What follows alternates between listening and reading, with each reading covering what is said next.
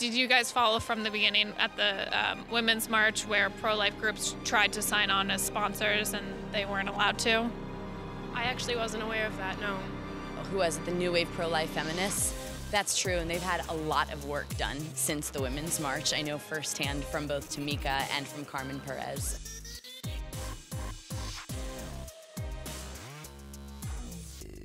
The issue of abortion is very clearly front and center at the Women's Convention in Detroit this weekend. Not one of the panels reflected the perspectives of pro-life women. But what surprised us is that many of the attendees were actually critical of that decision.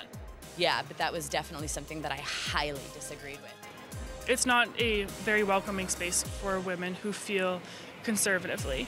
After the Women's March was announced last November, I actually Facebook messaged multiple times the co-founder of the march, Bob Land, asking, hey, can Students for Life, we represent the majority of women in this country who are pro-life, majority of our generation are pro-life, can we co-sponsor? And we never got a reply, and then we found out in December Planned Parenthood was like the platinum sponsor.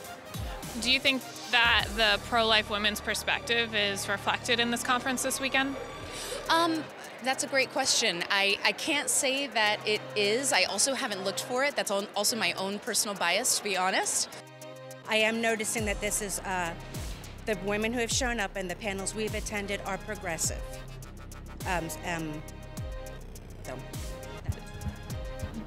So do you think that this improvement to include more a point of view? Yes. Do you think there's ever room for a potential middle ground, maybe in the conversation surrounding late-term abortions? No. I'm actually a pediatric surgery nurse, and I see kids with horrible genetic conditions every day, and it's not a decision that these people make lightly. It's probably a horrible decision for them to make, but to then shame them and guilt them for having to make that decision, I just think is awful. Pro-choice politically, but I am pro-life in my personal life.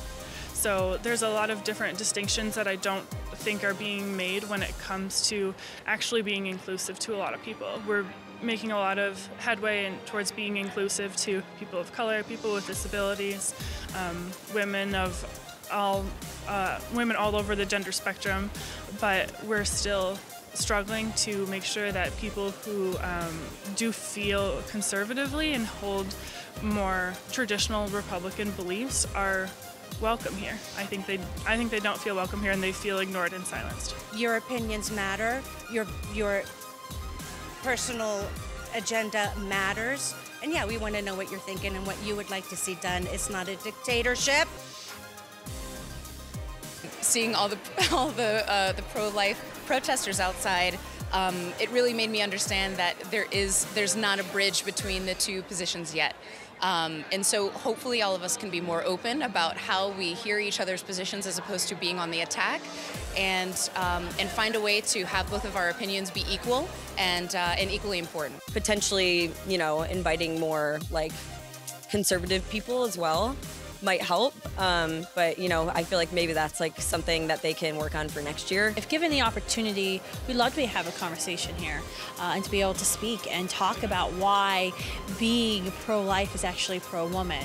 Unfortunately, I don't think that's something that's realistic, because if you look around, every sign that's lit up is sponsored by Planned Parenthood. So they're the corporation behind this, putting this on, making sure that this is paid for. And we all know what Planned Parenthood's about, abortion no matter what.